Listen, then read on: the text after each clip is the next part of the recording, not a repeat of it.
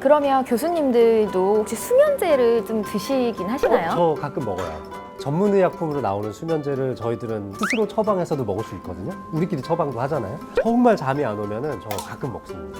저는 이제 수면제로는 아닌데 통증이 있을 때가 있어서 통증약의 성분에서 수면 유도를 적용해서 좀 대체하기도 합니다. 그럼 아프다는 게 사신이 아프고 네, 뭐 사신이 몸이 아픈 거 아파서. 말씀하시는 네, 네, 거죠? 네, 네. 저는 또 마음이 아파서 마음도 주무시는 줄 아파요. 선생님은 어떠세요? 저는 한 번도 수면제를 먹어보지는 않았고 가끔 진짜 꼭 자야 되는데 안 올 때는 감기약 좀 그런 거를 종합감기약 예, 같은 거. 딱 수면제다 하는 거는 먹어본 적이 없습니다. 예. 자, 그러면 우리 수면제에 대한 얘기 좀 한번 해볼까요? 수면제를 어떨 때 어느 정도 불면증이 심해야지만 수면제를 먹어야 될까요? 잠에 대한 문제가 내 생활까지 괴롭힐 때 잠은 우리가 세 시기로 나누자면 굳이 초기, 중기, 말기가 있거든요. 초기는 우리 잠이 안 드는 거, 중기는 들었는데 유지하는 거, 말기는 일찍 깨는 거. 근데 이제 보통 수면 유도제나 수면 약제들 중에서도 이제 성분이 다 다르진 않은데 네. 조금 더 특화된 그런 약들은 있어요. 네. 그럼 내가 초기형인지 중기형인지 말기형인지 봐서 약을 먹으면 좀 좋겠네요. 더 이제 그렇게 해서 처방을 오. 하고, 근데 보통 이제 다 같이 갖고 있는 경우도 더 많아요. 잠도 안 오는데 중간에 자꾸 깨고 깨고, 네, 새벽 돼가지고 완전 잠도 눈이 깨버리고, 멀쩡해지고. 네, 그게 이제 전형적인. 그러면 보통 어떤 경우들이 이제 수면제를 먹었을 때 좀 도움이 될 수 있을까요? 근데 일단 수면제는 사실은 굉장히 다 부정적인 이미지가 많은 건 사실인데 꼭 그렇게 받아들이진 않아도 되는 게, 누구나 우리가 살면서 수면을 방해하는 일이 있을 수 있잖아요. 걱정거리는 늘 있을 수 있는데 단기 불면증은 수면제를 먹어서 삶의 질을 올리는 거를 더 추천을 드리는데, 단 그게 습관화되고 장기화되지 않아야겠죠. 또 그냥 뭐 드세요가 아니고 이렇게 시간을 정해주거나 조건을 줍니다. 이 수면제 종류, 또 일반인들께서 알고 계시는 잘못된 상식들도 많을 텐데요.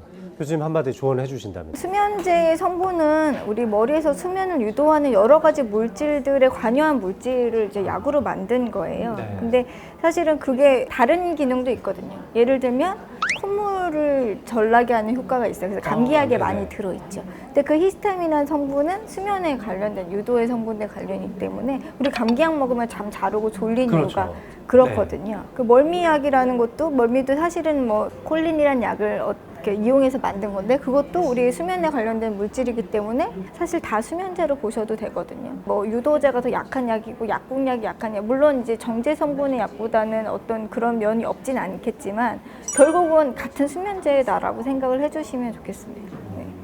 그러면 수면제를 약국에서 그냥 막 사 먹으면 안 된다는 말씀이잖아요. 그럼 어떻게 해야 되나요? 그 남녀의 오류가 있기 때문에 항상 수면제는 수면 전문의랑 상의를 하고, 수면제에 앞서서 행동치료도 있습니다. 그래서 근데 행동을 조절하면서 수면제를 줄여나가는 게 가장 좋은 방법이라고 할 수 있겠습니다. 예를 들면 잠이 안 오면 나는 시계를 계속 보는 거, 나는 잠이 안 오면, 우리 요즘 핸드폰 많이 하잖아요. 그렇죠. 근데 우리가 핸드폰이란 거는 내가 이걸 봐야겠다는 생각을 하고 있기 때문에 집중이 안 될 수가 없어요. 그런 분들한테는 오히려 TV를 보시라. 근데 그 TV가 나한테 재밌는 TV면 안 되고, 재미없는 채널을 틀어. 이제 내가 의도적으로 행동하면 안 되는 거고, 피곤하기 위해서 달밤을 체조하시는, 그건 오히려 몸을 더 각성을 시킵니다. 그러면 약 먹으면 좀 잘 잘 수 있는 거예요? 처음은 잘 들어요. 그 처음을 굉장히 조심하셔야 되고, 필요에 따라서 드시는 건 추천을 드리지만, 나는 이제 반알해서 난 평생 반알 먹으니까 괜찮아, 이런 생각은 굉장히 위험한 생각입니다. 항상 수면 전문의와 상의를 하시는 게 가장 좋습니다. 그래서 교수님, 제가 수면제를 좀 몇 개 사와봤어요. 이거를 한번 좀 성분이랑 해서 좀 이거 좀 설명 좀 해주세요. 일단은 잘 보면 여기 밑에 성분이 이렇게 써 있어요. 네. 약에. 근데 다 똑같아요.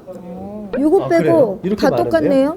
지금 보면 네. 여기 성분이 디펜히드라민, 아까 제가 말한 감기약에서 콧물약으로 쓰일 수 있는 그 항히스타민제 네네. 성분이거든요. 그럼 이거 먹으면 콧물도 좀 줄어드나요? 그렇죠. 어떤 분 되게 내가 이거 먹었더니 잘하는데 이거 먹고 잘했어, 이렇게 오시는 분 많아요. 그 하지만 사람은 다 약 같은 때문이 거였다. 아니죠. 이 사람에 대한 어떤 이득이 생긴 거죠. 이거는 잠이 잘 온다 라는 개념이 생긴 거예요. 그러면 전문의약품과 이런 일반 의약품은 어떻게 구분할 수 있죠?